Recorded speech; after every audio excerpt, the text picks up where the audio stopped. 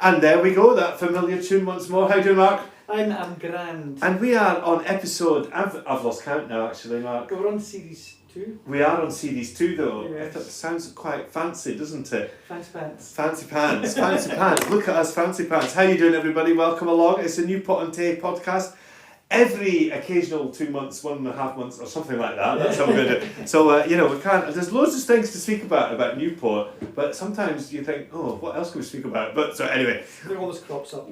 Something will crop up. We'll be doing a couple of songs, obviously, as usual, here today as we sit in at Newport-on-TayTV recording studios. Thanks for all the messages from the last podcast and your entries into the Newport Strawberry Shed competition that we launched on Facebook, and we had a massive 125 entries, and one lucky listener will win a cream tea served. I say served by us. We'll just drop it off, and that's it. And I've got. I was getting dressed up. Oh, you're going to dress up? Well, we can do that, Mark. I didn't think you'd be up for it. Right, sorry. Mark's going to serve it. No. This is a maid. All we're going to do is dump them, get a photo up, and then we'll leave you to it. So don't worry. So what's coming up today, Mark? I don't know. Surprise me. Well, I was surprising myself actually. That's how flying on our pants of our seats or whatever you call it is today. Well, actually, Mark, I was away speaking to some of the women of Wormit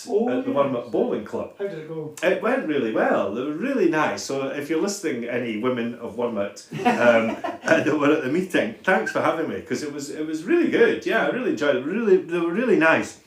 But I realised that my knowledge of Newport isn't quite up to the Mary Shields standard, shall we say, because I thought I'll speak a bit about various little things like the Blythe Fountain and stuff like that.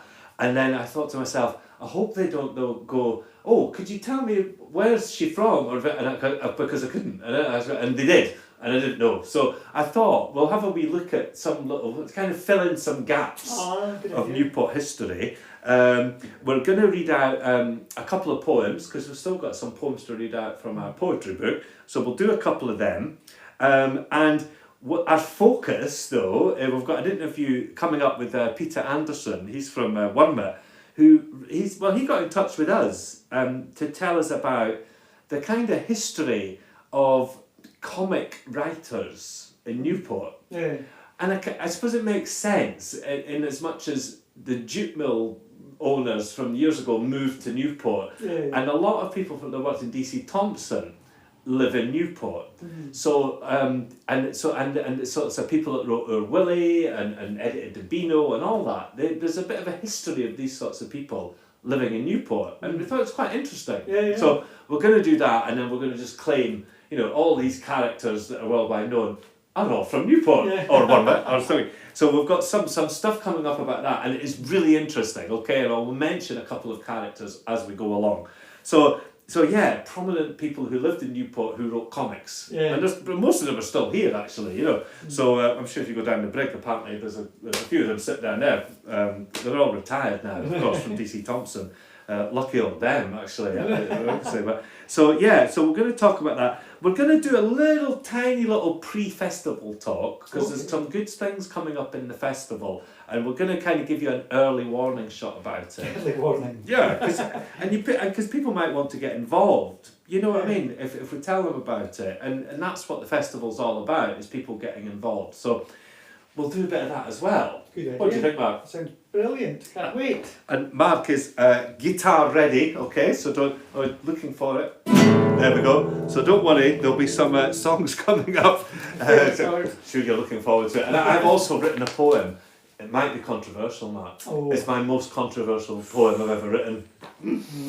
Wait and see, ladies and gentlemen. Wait, don't worry, there's no swear words or anything. It's not disgusting or anything. It's just for Newport-on-TayTV News podcast standards, there's a little controversy about it. So we'll see. We're not even going to tell you the controversy. You have to work it out for yourselves. If you don't know it, then so after speaking to the women of Wormit, I was speaking to them about the fountain, the Blythe Fountain, and because it's a beautiful thing that sits there, isn't it? So you take it for granted. You got past in certain school.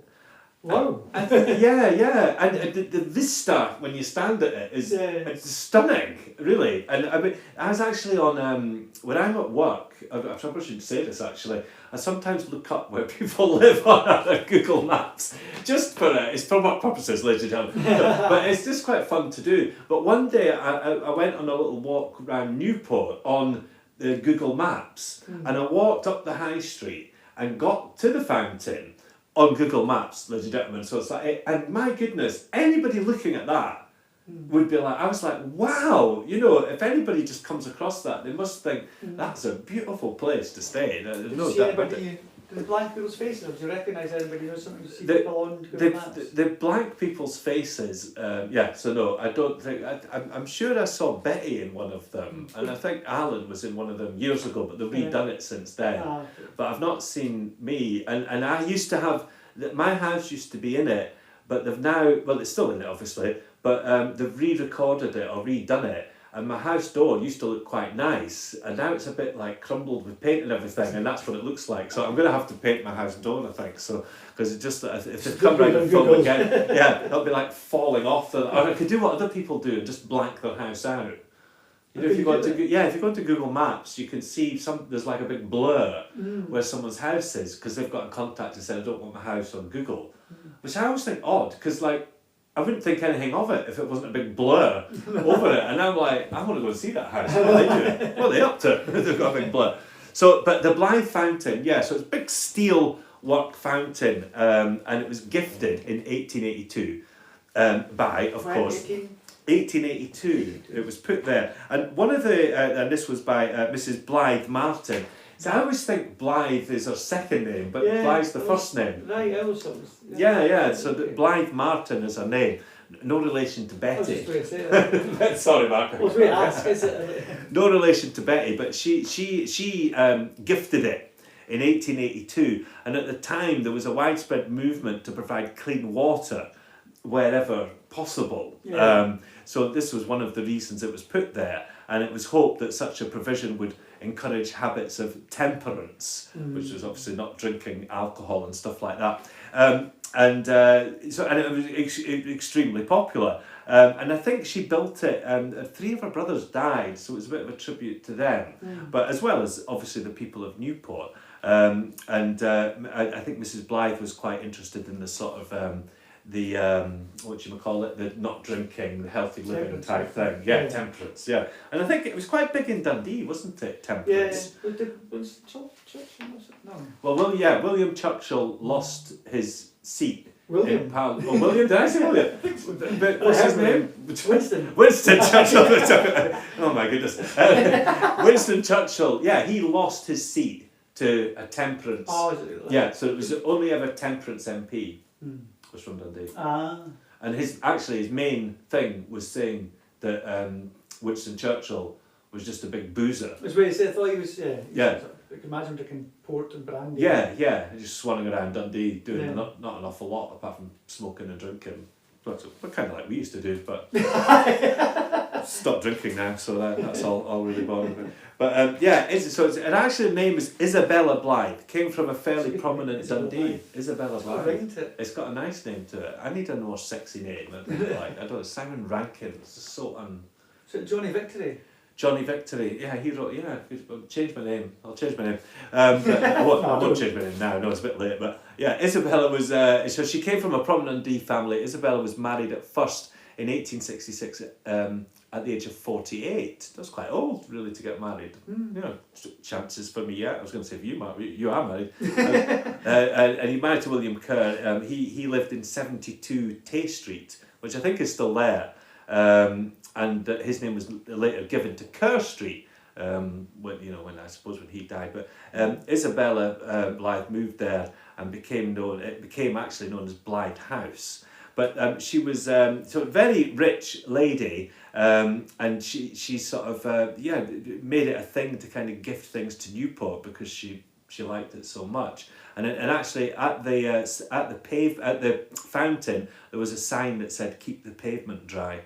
So I suppose if you're drinking just to not like, I don't know, why would that matter? It doesn't matter. But she also obviously gave the Blythe Hall a gift to Newport.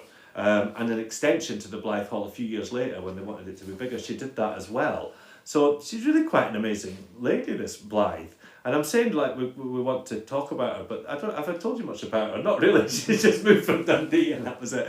But so Mrs. Blythe, she was married to someone in Newport, and there is a bust of her in the Blythe Hall to this very day that you can go and see. Who's the painting in Blythe Hall? There's a couple. Yeah, that's them. Yeah, Right. yeah, that's Mrs. That's Blythe Martin and her husband. So yeah, Martin. yeah, Martin stood in Blythe. I'm sure everybody who's been to the Blythe Hall would have seen it. Yeah, no, she remarried in 1878 because at this time to William Martin. So that's why there's all these names flying about, I think. Yeah, so there we go. So that's a very tiny potted history of Mrs. Blythe that probably doesn't tell you much. But I will tell you, go to the Newport-on-Tay A Special Place website, all right? Because that's where you get the facts and figures from. All the meaty stuff. Yeah, all the stuff. All the razzmatazz. Yeah, exactly. And I'm reading stuff, most of the stuff I've read out is actually I've read off the website. So Mally and History Group, thanks very much, because we're nicking your stuff. But yeah, but it's a very interesting website, so definitely go and see it. And the other thing I spoke about was the Lang Chapel, you know, just outside Newport. You know, the memorial thing, the Memorial Lang Chapel, the chalk building, just as you come through just out of Newport. Oh, yeah. Yeah. So and that's from John. That's John Lang built that for his wife that passed away. But I mentioned this in this talk, but so I thought I'd let, so ladies of Wormit, John Lang is actually, he came from Hull in 1851 to be, again, to the editor of the Courier. That comes into our comic talk a little bit later on, into the Courier, and he was also the founder of the Evening Telegraph and the People's Friend. So, and also, again, between 1889 and 1906, he was the Liberal MP in Dundee. So I'm guessing that was before Churchill, because he was a Liberal MP as well. I saw that, we were saying that. Yeah. So he must have took over from Mr. Lang, I would imagine.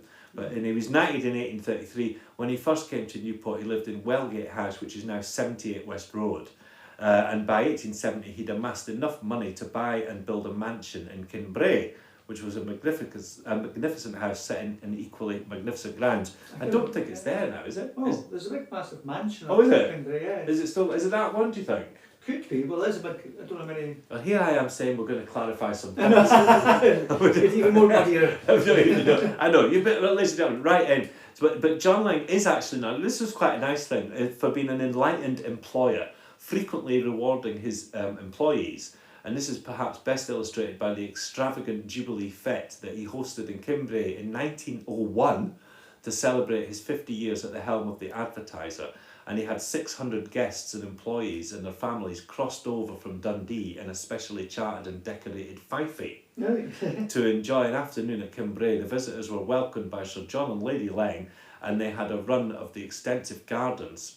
They had a meal with silver service in a marquee, and for entertainment there was the Mars Band and a choir. I take it that's from the ships, I would imagine, the Mars Band. I thought it said Mars Bar at the first. It's not there. But and of course, the Lang Chapel, have you been in it, Mark? I don't think so, No, because it's quite often opened in Doors Open Day. You know that thing that they do where you can go things. And I mean, it is like, it's a chapel. It's basically a memorial to his wife that died. And it was built in between 1895 and 1897 as a memorial to his wife Emily. It's a beautiful building, and it's also dedicated to the 5 men of Newport who gave up their lives in the Boer War. But it's worth a wee visit, ladies and gentlemen. If the Doors Open thing is on, go and have a look at it. And you go in it, and it's all like this sort of limestone, built limestone. And it's all from France. Right. I don't know, and I'm thinking, what, in 18 something odd, they got, you know, why would you just not have brought local stuff, you know?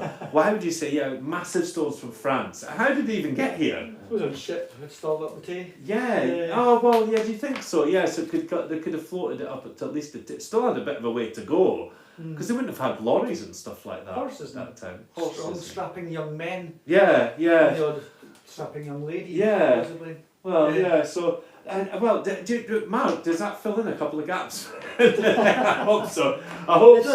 because we'll maybe do a few more of them as we go on. But our main thrust today is actually talking about comics in Newport. Okay, so that's what we're going to do.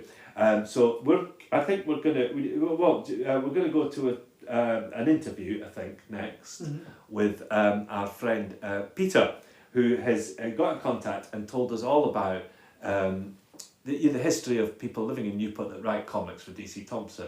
And I think we're just going to go over to him and he can tell us all about it now. And then we'll come back and we've got a couple of poems and another couple of things to talk about. But first of all, let's hear from Peter and all about Newport and its comic history. Brilliant. Yeah, take it away.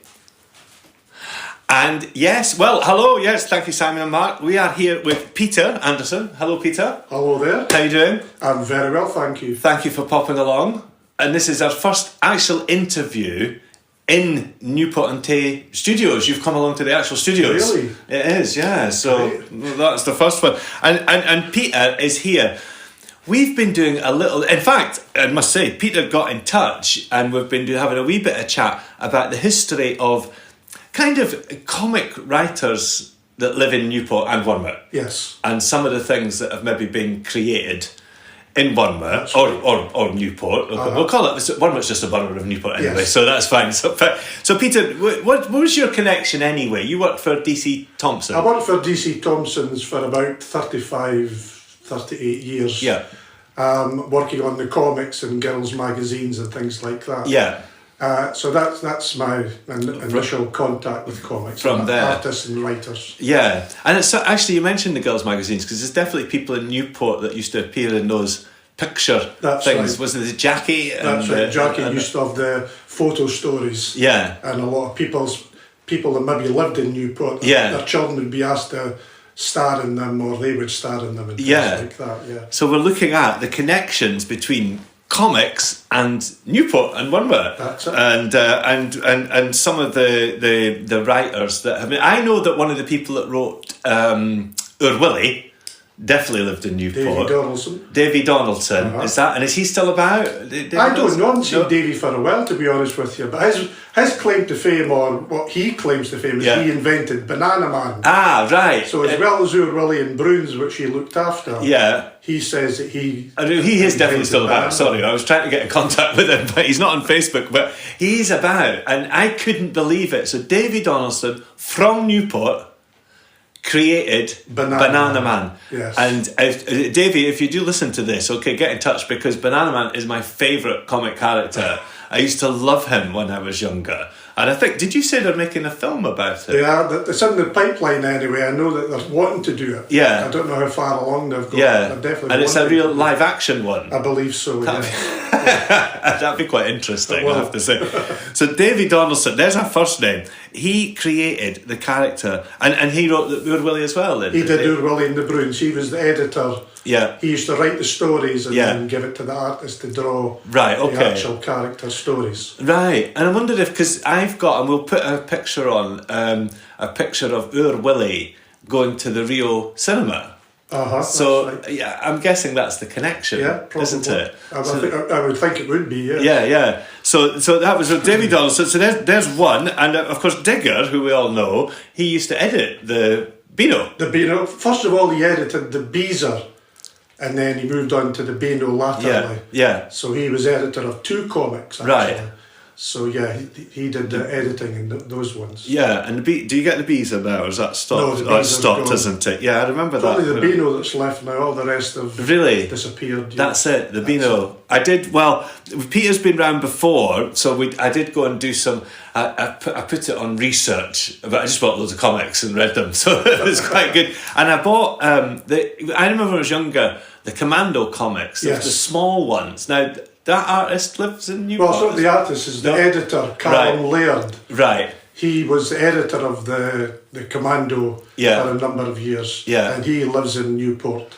Right, okay. So that's what he did. He actually took care of the stories. And decided what was going in them and things like that. Right. And that magazine, that comic, is still going? Yeah. I think it's still... I can't remember the timeline, but it started in 1961. and you get 4 editions a month, and it's still going strong. Yeah, I've got that 61 and 4 editions a month. A month. Well, I went and bought some. I quite enjoyed them. Yeah, they're interesting. I hadn't really watched them before. Read them before, so it was good. So who else have we got on our list of famous? Well, there's B. Sturgeon. Sturgeon's her maiden name, but she worked on the girls' comics. Right. In DC Thompson's. Yeah. And she lives in or did live in Wormit. Yeah.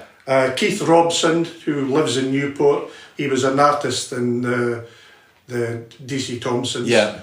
And the 2 well-known ones are John Wagner and Pat Mills. So John Wagner and Pat Mills. So this is how we started this conversation, isn't it? So John Wagner and Pat. So there's a big, 2000 AD is a huge comic franchise. Is it a franchise? That's right, yeah. Huge comic franchise, and I think its main character, or certainly one of its most famous characters, is Judge Dredd. Judge Dredd, which I think right. most of you will have heard, ladies and gentlemen out there. And we're talking about the comic character, not the controversial reggae singer from the 70s, if you remember him. But so Judge Dredd and 2000 AD, this huge thing was created in a shed in Wormit. Is that right? That's right. What it was, that Pat Mills and John worked in DC Thompson's as well. Yeah. And they decided they wanted to break out and start their own comic. Yeah. Rather than working for a company. Yeah. And Pat Mills lived in Wormit. Uh-huh. And what they did was the shed that he owned, they used to go in there after working at DC Thompson's and start thinking of things they could do for themselves. And that's 2000 AD was one of the ideas that they had. That is amazing. It's amazing. So Mark will be joining me on Monday when we record this episode. When we record the whole episode, okay. So we'll write a song about that, and I think the title, without giving it away, is going to be Judge Dredd was created in a shed. Anyway, it makes sense, doesn't it? So we're going to go for that. So when you're wondering, when you see, and I think 2000 AD are huge films and stuff like that, aren't they? Yeah. Big thing, 2000 AD. Yeah, I think they mentioned it in the Big Bang Theory. They mention it in that, and that's right. You go around and like I said, there's loads. So it's amazing to think how closely that's related to Wormit, a borough of Newport-on-TayTV. Uh-huh. And I understand. Now, ladies and gentlemen, we're not going to say anything, but the shed is still there. Yes, it's still there. But I'm not at liberty to say where it is. No. For fear of fans of 2000 AD so want to go and look at it, but it is still existing and it is still there in one piece. Yes. Well, ladies and gentlemen, I've seen a picture of it. Okay, but I'm under strict. We're embargoed. We're embargoed on that. So, but if you ever want to pop round to Newport-on-TayTV Studios, you can have a wee look at it, but you can't actually take photos. But you can't tell anybody if you know where it is. No, you can't tell anyone where it is. So, but if there's any Dredd fans out there, I suppose we might see hordes of people. We won't. But it's really interesting. I suppose, it was kind of like in Dundee when they built the jute mills and stuff. Newport kind of developed from the jute mill owners or moving across, and I suppose a lot of artists obviously decided to move across the water to Newport because it's quite an arty place, Newport, I think. I would say so. Yeah. It's quite amazing. I mean, these are just the ones I know of, and there's a lot of people that were in my department also live in Newport and Wormit. So DC Thompson's and Newport and Wormit has got quite a link with all the comic production. And DC Thompson, I always love going past that building because it stands. The actual DC Thompson building. Yes. It's a bit like it's a bit like somewhere Judge Dredd would actually hang about. If we're thinking about it, I suppose it could be. Yes. Colour, anyway. It's kind of it's like it's a real industrial, proud building. Yes, It obviously shows when Dundee was like the zenith of journalism. Oh, definitely. Yeah, I remember walking around Fleet Street and seeing a big Courier Dundee building. That's there. Right. It's the only one left in Fleet Street. Oh, really? DC Thompson's has got a building there. Yeah. And it's the only one that's still producing. Oh, really? Papers and comics left in Fleet Street. Wow, that's amazing. So that's still all right. I just thought that was like a ghost sign, but no, it's still there. It's still there. It's still used. So we've links to Fleet Street as well. We're taking that. So that's something I think it's so interesting. We won't put pictures of the shed up, but we'll put other pictures up there. But Peter, you're still involved in comics and things like that. You work in Newport in Wormit School, is that right? Wormit School is where I left from. I started in Newport School, and we did comics there, and the last 8 to 10 years it's been at Wormit Primary. Yeah, and COVID, there was a big time when you developed some comics and sort of the children expressing their feelings, I suppose, of COVID through comic strips that they produced themselves. What it was, the school decided they wanted to be able to contribute to the NHS or wherever they could donate money to during COVID. So we decided as a school that we do minimum of 3 panel comics about what life was like for them during the lockdown. Yeah. So this is what we did, and we made a comic, and all the children and some of the teachers all contributed 3 panel comics. Yeah. And we built it up. Very well done. My daughter Mia, who's ex-Wormit at the time, she did the cover. And so we made it up and we offered it to anybody who wanted it. Yeah. We'd send a copy digitally for any donation that we could give to the NHS. That's amazing. And I've seen them. Well, I haven't asked Peter, but hopefully we'll be able to put a couple up on the website, on the page. And you've continued to do that with the Wormit. Sorry, I've lost the name of it. The Wormiteer? The Wormiteer. Yeah. After it was all over, the children wanted to continue doing something along that line. So we did a sort of like a Christmas one, an Easter one, a summer one of the Wormiteer. And again, the children took control of it. They were editing it. They made the comics. They did quizzes. They did different things to make it a comic for all the children to be able to read. Yeah. And that's what we did, making comics. And can people see that? Can they? No, it's not online. No. If anybody wanted one, I could send them a copy. Yeah. But these are not online. That was just for our own use. The lockdown comic was for everybody. Yeah. We'd send it out. Yeah. But the Wormiteer was just for the school and parents. And I mean, just finally, I remember growing up, and obviously comics were huge then. I mean, there was just like I'm looking at the list I've got actually from DC Thompson, and I've got about 12 on there, of which, well, you've told me there's only one of them still going. And I suppose online and things just change. But do you think it was quite? It was good for children to have comics. It was quite a creative thing to have and read and.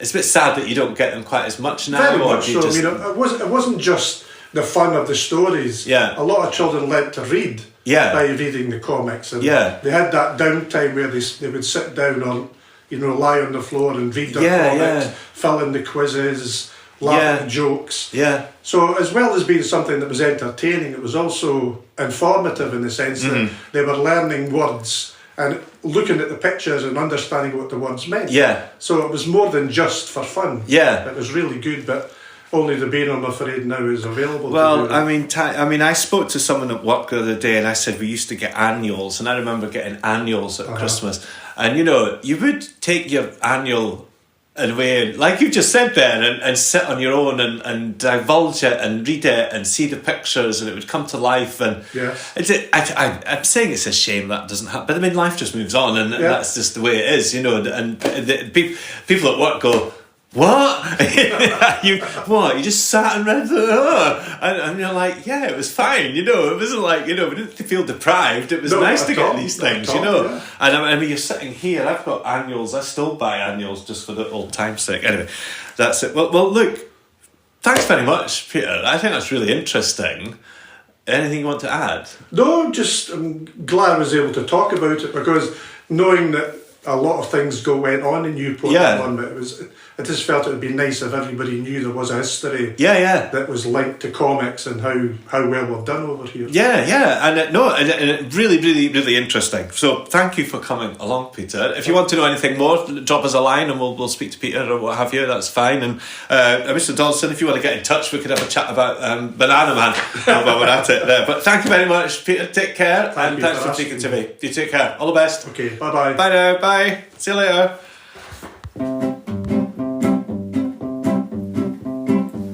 I'm not Batman, Spider-Man or the Hulk. I'm not Ben Grimm or the Green Lantern. I'm not Wolverine or Wonder Woman. I am Judge Dredd, I was born in a shed in Wormit. I'm not Lord Snooty or Corgi the cat. I'm not Gnasher or Minnie the Minx. Not Little Plum or Banana Man. I am Judge Dredd, I was born in a shed in Wormit. Yard, yard, Judge Dredd, born in a shed. What a fantastical life you have led. I'm not a ram or a clam or a lamb. I'm not a hog or a frog or a dog. I'm not a bus or a hippopotamus. I am Judge Dredd, I was born in a shed in Wormit. I am Judge Dredd, I was born in a shed in Wormit. I am Judge Dredd, I was born in a shed in Wormit. I am Judge Dredd, I was born in a shed in Wormit. And there you go. I think we went a bit. I think we lost it at the end right there, didn't we? But you know, there Judge Dredd lives in the shed. Thanks very much for Peter for coming along. That was a wonderful interview, and how interesting. Oh, definitely, isn't it? I mean, I honestly think Judge Dredd, this huge comic figure, and 2000 AD, which is a massive, was actually born. We've already gone through it. In a shed in Wormit. He was created in Wormit. Is that like to Sylvester Stallone? Because Sylvester Stallone played Judge Dredd in the Hollywood film. Oh, did he? He wrote Rocky in Newport. And he wrote Rocky in Newport. Another fact. Yeah. Another fact. Well, one of them is. But so that was great. And I was thinking, Mark, remember the Jackie in that? Sorry, don't remember when we were reading the Jackie or anything. But remember the Jackie because we were talking about people being in them. Simon Mackay was definitely in the Jackie. Wayne Henderson. Was he in one as well? Yeah, I'm sure Paul Davidson was. I'm not 100% sure. And Paul Davidson. Yeah, so maybe to any of you guys out there, I think Ben, Simon's brother, will be more than glad to send us the photos of that, to be honest. So if you've got some photos, so they definitely appeared in those It was those little, they were like picture stories with captions, wasn't it? I think it was taken in Bar Chevrolet. Oh really? For some reason I forgot some of my head. Bar Chevrolet that used to have the car sticking out the wall. That one, yeah. So there we go. So that was Peter. And if you're interested in seeing some of the COVID comics that the children did at Wormit School, I've seen them. They're really good. I haven't seen them. They're really good. Sorry, Mark, I should have shown you them. We'll have a look at them after. Yes. They're really good, although a few of them, well, I say they're good. They are good, right? They're brilliant, but it just reminds you of that time as well, you know, which isn't great. And a lot of them are speaking about the lack of toilet rolls available at the time. Right. So that's obviously this was the big thing. We were there. I remember going down the aisles, but anyway, never mind. And learning you're the same, Mark, as me. Banana Man. Yeah. In Newport, born in Newport, from a writer from Newport, and I loved Banana Man when I was younger. You're at a membership? I think it was the only fan club I joined. was the Banana Man fan club. I lived in Leeds at the time, and I remember getting the thing because it was just so ridiculous. But then it's not. That's what comic heroes are. They're all kind of. I mean, Superman works in an office, and then runs into a phone box and changes. I don't know what he would do now though. What if there's like a pure disaster? Superman comes out, it's not kind of get changed anywhere. There's no phone boxes. You probably have to run into Greg's and say, "Look, can I use the toilet?" And then probably like, "Well, you need to buy a pasty." You know, I'm trying to save some women from a bridge or something. You know, but anyway, it wouldn't really work out now. But yeah, so that that's thank you so much, Peter. And any questions you've got about the comic and stuff, then let us know, okay? Just don't ask where the shed is, because we won't be able to tell you, unfortunately. I promised Peter we wouldn't, so we're not going to do that. It'd be nice But we're going to be good. So comics in Newport. So we will continue, and I hope we filled you in a bit on the sort of like fountain and stuff like that. You know, the podcast kind of deals in facts. You're almost like a Newport superhero. Could do a comic on you, yeah. That'd be nice. Yeah. Anybody want to write a comic? Peter? Simon Man. Simon Man. By day he lives in Newport. By night he also lives in Newport. Who is a Simon? He just travels around. Oh, actually, I must say, I was on the phone the other day at work. I work at BT, and somebody phoned in, and they wanted to make a complaint. That's what they're doing. And I was like, all right, okay. And they lived in Yorkshire, and I'm not actually quite sure what it was. I think it was near Halifax. It was. I can't find it now. But there we are. It was just that. Brough. But in Yorkshire, in Newport. Yeah, so somebody in Yorkshire lives there's a Newport in Yorkshire, right. And she was like, yeah, hi there, yeah, I'm not very happy, and I was like, all right, okay. I went, oh, you're from Newport, and she was like, I'm sorry, I went, you're from Newport, and she went, yeah, and I went, oh, I'm from Newport, but Newport. So and she was all right after that, and I was like, well, it's nice speaking to you. And she went, excuse me, I still want to make my complaint. And I was like, oh well, if you must. We took her complaint. So Newport's just pop up all over the place, Mark. So we'll have to have a trip to Yorkshire. Yes. And go and see the Newport in Yorkshire. So in this little bit, we're kind of just going to finish off with a couple of things. We had the competition about the strawberry thing, okay? So all you had to do on the Facebook page was guess, or the Instagram page was guess what day the strawberry shed is going to sell its first punnet of strawberries this year. So what do you want to take a guess, Mark? What would you say? Oh, it's sometime in May, early May. Early May. So we've got entries from somebody's put the 1st of April, so we've got them from as early as that. Obviously that's not going to win now because we're past that. Yeah, most we had 150 entries. That's brilliant. Yeah, and most entries, you're right, Mark, seem to be around the sort of beginning between the 1st and the 16th of May. We've got most people's guesses. So we'll keep you up to date on that. We'll keep in touch with the people from the Strawberry Shed, and let's keep a note on our Facebook page, and we'll find out who's won the strawberries when they happen. So when they open for the first time. Sorry, does that make sense? Yes, it seems to make sense, doesn't it? 100% sense to me. 100%. So I think we're gonna have a little look forward to the festival in just a wee second. Oh. But Mark, have you going to read out one of our poems from our book? Is that right? Is it Joan's? It is Joan Watson, called Newport Poem. Newport Poem, and this is one of the entries in the book that you can get in the book, beautifully printed by Mark. You can get these in the Rio still. I think we're going to be doing a third run quite soon, but yeah, quite good. Yeah. So Mark, I'll take it away. Here we go. Newport Poem. Taking a walk down Newport Way, the beauty and nature may take your breath away. The Berry Estate is a local treasure where we can roam at our leisure. Seasonal colours of plants and trees, and joined by red squirrels allowed to run free. A pond is home to birds, swans and ducks who feed, swim and play amongst the reed, fish and rocks. The ripples of water on the River Tay shine like silver during the day.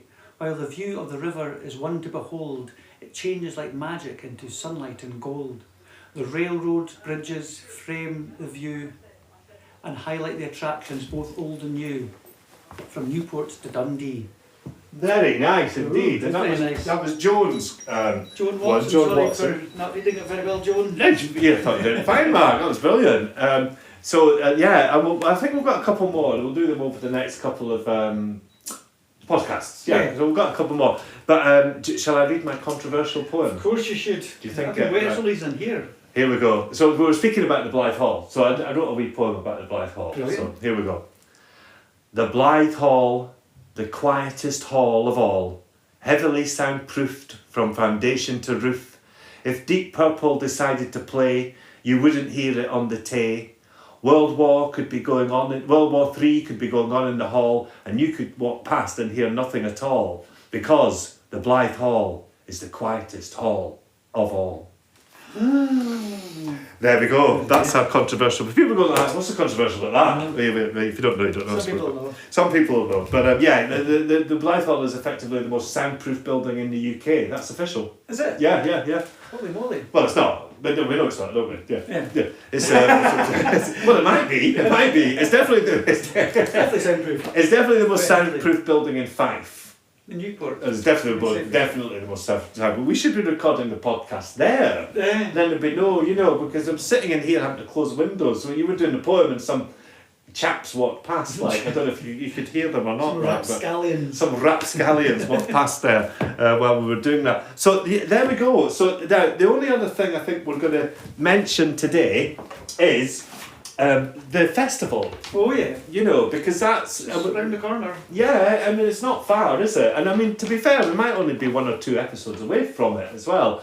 But I just wanted to say, all the people that are involved in the festival, Newport Festival, are busy, trying to organise it. And they're very keen to have other people involved, So if you've got a singing or anything like that and you'd like to be Magic involved. trick would be good. Yeah, magic trick would be fantastic. Then get in touch with the festival organisers. And you can also get in touch with the Rio because, what did you call it, Mark? The Rio Fringe. Yeah. Yeah, because we're going to have the Rio's going to have a little kind of... Newport Festival Fringe. Or Newport Festival Fringe. Newport Fringe Festival. Yeah.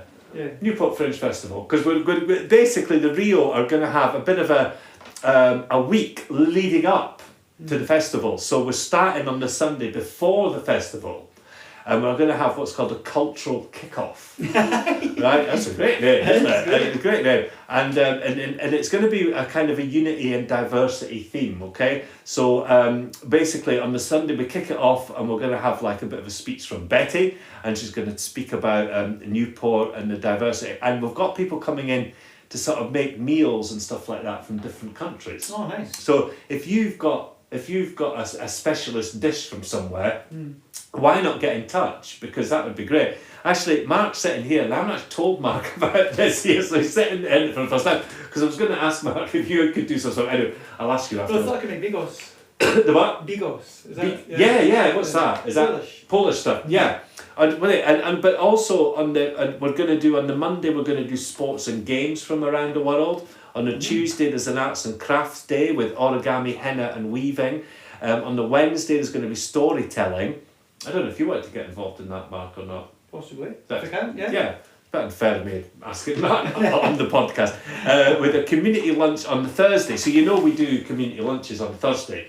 So we're going to do singing. And singing. We're going to do community lunches on the Thursday, but the difference will be it's going to be dishes from around the world. Ooh. Yeah, and I think we're going to do a wee evening one as well, because there's normally, people work, so they don't get to come to the lunchtime one, but we might do one of a night time. And I think we're going to have a band on the Friday before the festival kicks off. So that should be good. And of course on the Saturday we'll be doing a grand parade.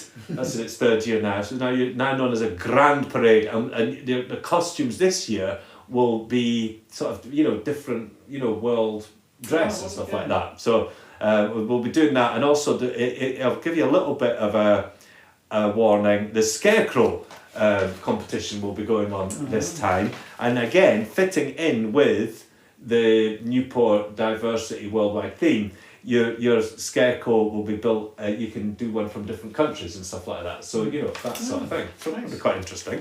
So I just thought I'd give you a wee mention about the Newport Festival, because it's coming up. It's going to be a good one. It's always a lovely day when the Newport Festival's on. I touch wood, but it is always a lovely day. We'll do it anyway. But it's always a good day. So, so that's where we're at with that. So, I think we've done that, Mark. I think that's us done. Already? I think so, yeah. How long have we been yakking for? 40 minutes. Yeah, So that's a not wee too song. bad. Yeah, I think we should have a little song. So, Mark, have you got a song prepared? We'll just have to think about it. You haven't, have you? No, we're gonna. It won't sound like we've just made it up. I'm quite sure, ladies and gentlemen. Thanks for tuning in today, and thanks for tuning into the podcast. Oh, actually, there is one other thing. All right, now just because this is a consideration, we're considering, and would like to maybe do an episode of the podcast, and would quite like to throw it over to, I don't know about the children of Newport, but younger people in Newport. Right. I'm only mentioning it because if you're interested, get in touch at Newport-on-TayTV because Newport-on-TayTV@gmail.com because we're quite interested to do an episode with a young people's view. Voice. Yes, voice of the youth of Newport. So you'll have to keep it clean, but we're thinking about doing that. So this is just an initial say about that. All right. So if you're interested, get in touch with us, okay, and you can help us organise it because we don't want to organise it. Essentially, we want to throw it over and do a special young person's episode. Yeah. Oh, that sounds good. It's a great idea. And you can sing your own songs and all the rest of it. So if you're interested in that, why don't you get in touch with us and we'll see when we can organise it. But it would be nice to know, how many people are interested in doing it in the first place. Yeah. Okie dokie. Pick it up, okay. That's it. Thank you very much. It's been absolutely lovely speaking to you again. Thanks for all the messages you're sending us. As ever, just get in contact at Newport-on-TayTV@gmail.com. This is the first time we've read the email out, but you should really know it by now, actually. Everybody should know it by now. Go onto the Facebook page, etc., and find out about it. And we'll try and put some pictures up of what we're going to put pictures up of the comics things that we did. So once again, thanks to Peter. We're going away and sing the song that we've got already prepared for you. Here we go, and we'll see you the next time. So until then, take very good care of yourselves. Lovely speaking to you all. Take care. Bye. Bye now. Bye. Bye.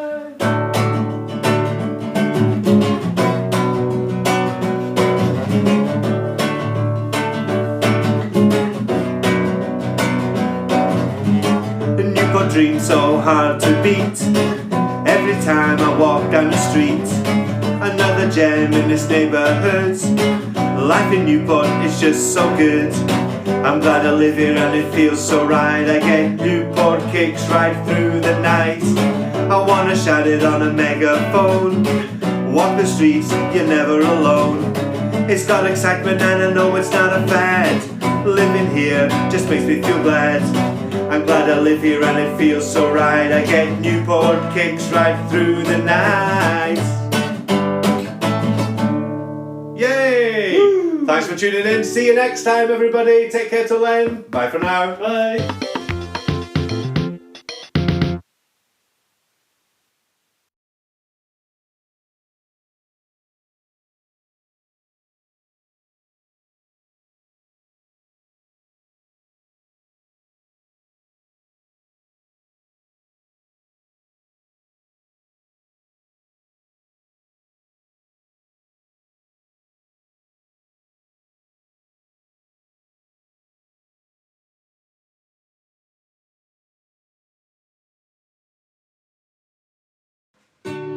Newport dreams are hard to beat. Every time I walk down the streets, another gem in this neighbourhood. Life in Newport is just so good. I'm glad I live here, it feels so right. I get Newport kicks right through the night. I want to shout it on a megaphone. Walk the streets, you're never alone. It's got excitement, and I know it's not a fad. Living here just makes me feel glad. I'm glad I live here and it feels so right. I get Newport kicks right through the night.